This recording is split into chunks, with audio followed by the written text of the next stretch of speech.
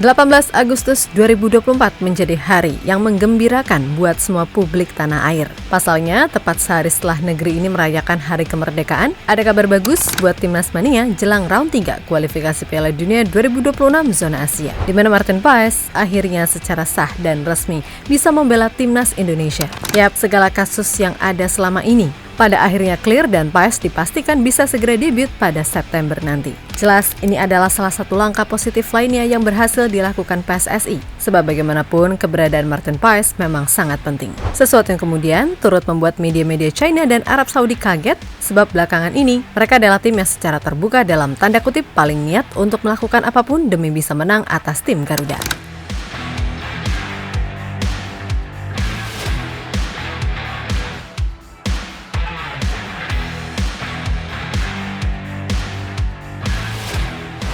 Akhirnya, setelah sekian lama menanti dalam ketidakpastian, Martin Paes secara sah bisa segera melakukan debutnya untuk Timnas Indonesia.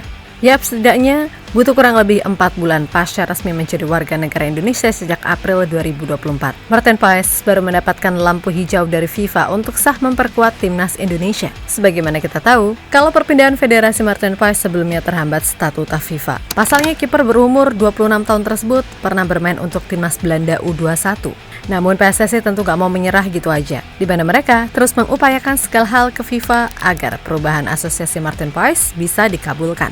Dan seperti yang baru saja dikabarkan Pak Erik melalui postingan di akun Instagram, kalau Paes akhirnya bisa tampil membela Panji Garuda di round 3 nanti.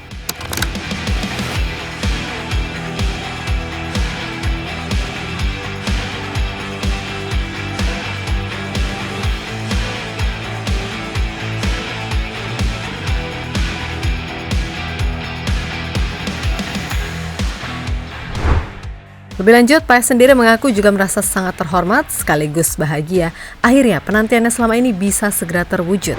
Tentu saja masuknya Paes sudah bisa dipastikan akan membuat komposisi pemain Timnas Indonesia khususnya di lini belakang jadi lebih tangguh.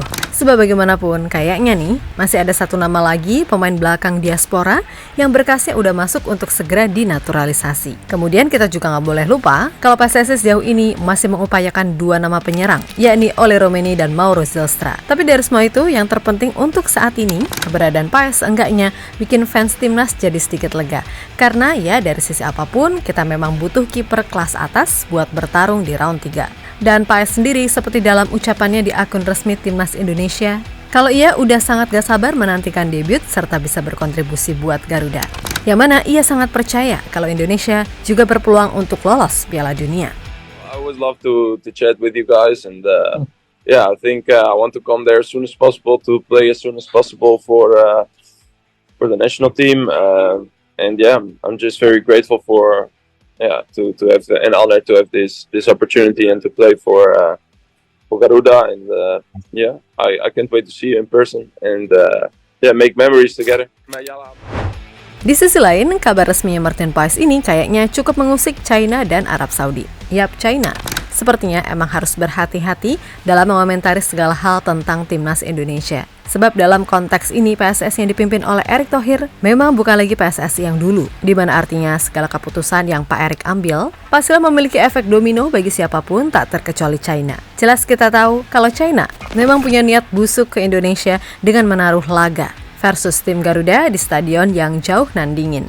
Begitu pula dengan Arab Saudi yang menempatkan laga kandang melawan Indonesia di King Abdullah Sports City Stadium, di mana seperti diberitakan media Arab bernama Qura yang menyoroti keputusan SEFF memilih stadion tersebut karena selain suhu panas, tentu saja ada kaitannya dengan tahayul yang dipercaya pihak federasi. Yap, SEFF menganggap Stadion King Abdullah Sports City sebagai jimat keberuntungan Timnas Arab Saudi. Dan emang selama main di sana, Timnas Arab punya catatan apik saat memainkan laga kualifikasi Piala Dunia di Stadion King Abdullah Sports City. Yang mana media Qura melaporkan bahwa Arab Saudi tidak pernah kalah dalam kualifikasi Piala Dunia saat menjamu setiap lawannya di stadion berjuluk Shining Jewel tersebut. Maka dari itu, setelah mengetahui kalau Martin Paes yang banyak dibilang prosesnya bakal sulit dan lain-lain bisa kelar tepat waktu, membuat Arab dan China diketahui semakin serius untuk mewaspadai Timnas Indonesia. Karena ibaratnya Pak Erick Thohir ini ingin membalas segala cywar dengan sebuah tindakan nyata. Pertama, soal charter pesawat.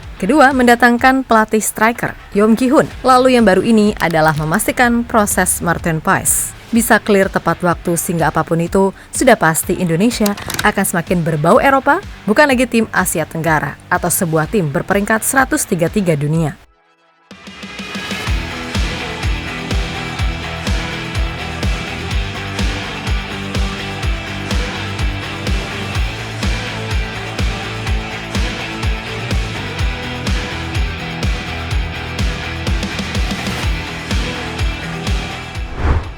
Yap, selama memastikan Martin Paes bisa tampil, kali ini fokus PSSI diketahui udah segera sat-sat untuk mengurus persoalan striker. Di mana sejauh ini, ada 2 nama pemain diaspora yang kabarnya makin dekat untuk merapat, yang mana mereka adalah Ole Rumeni dan Mauro Zylstra.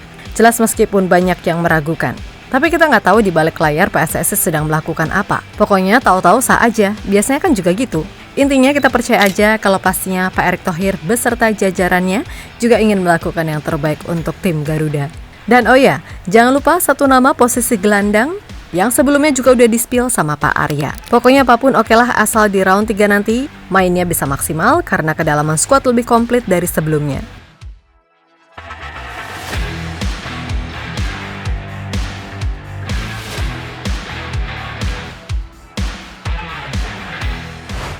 Yap, sekali lagi perihal penyerang baru atau 1 back dan 1 gelandang baru yang sedang diusahakan. Kami pokoknya percaya, terlebih untuk barisan belakang. Untuk saat ini kami percaya dengan komposisi sekarang udah cukup mending dengan hadirnya Martin Paes. Terlebih barisan back timnas Indonesia untuk saat ini benar-benar adalah yang paling oke dari generasi-generasi sebelumnya. Bayangin, sebelumnya kita nggak pernah kepikiran kan punya back-back dengan nama mentereng berlabel Eropa, macam Jesus, Kelvin Verdong, Shane Patinama, Sandy Walsh, Jordi Amat, ataupun Justin Hubner. Ya sebenarnya masih ada Elkan Bagot sih, tapi kayaknya untuk waktu-waktu dekat ini, ia nggak akan main buat timnas Indonesia karena suatu hal. Dan semoga semuanya cepat clear aja sih. Apalagi secara kualitas, Elkan ini termasuk pemain yang punya prospek bagus. Intinya dengan komposisi back yang mentereng tadi, jadi lebih komplit dengan masuknya Martin Paes. Sehingga ya, semisal kita di spam crossing lagi, halah sepele lah kasarannya gitu. Ya pokoknya terlepas dari apapun, salut banget sama PSSI yang sekarang. Mereka tahu apa yang menjadi kekurangan timnas Indonesia dan itu segera dicari solusinya secara efektif. Saat ini mungkin untuk semua aspek kepelatihan udah terpenuhi. Jadi sekarang fokusnya adalah benar-benar mengupayakan kedatangan pemain baru sesuai dengan posisi yang dibutuhkan. Tentu saja yang berlabel Grade A, dan kami pun benar-benar happy dengan situasi yang ada sekarang ini. Tapi di satu sisi, kami juga berharap banget kalau masalah perihal Elkan bisa ditemukan jalan keluarnya secara baik-baik. Namun di luar itu semua, kami percaya bila timnas Indonesia bisa kok berbuat banyak di round 3 nanti. Lalu untuk target peringkat 4, untuk kemudian berjuang di round 4 bukanlah sesuatu yang mustahil buat digapai. Maka dari itu, ayo semua bersatu demi timnas Indonesia menembus batas dinding elit Asia untuk kemudian menantang tebalnya dinding sepak bola dunia.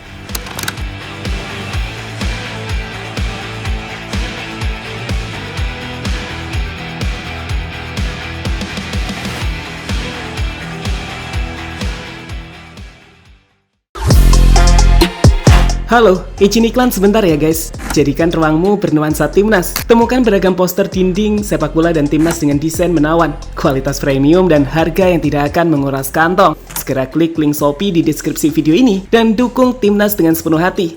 Mulai dari dinding rumahmu.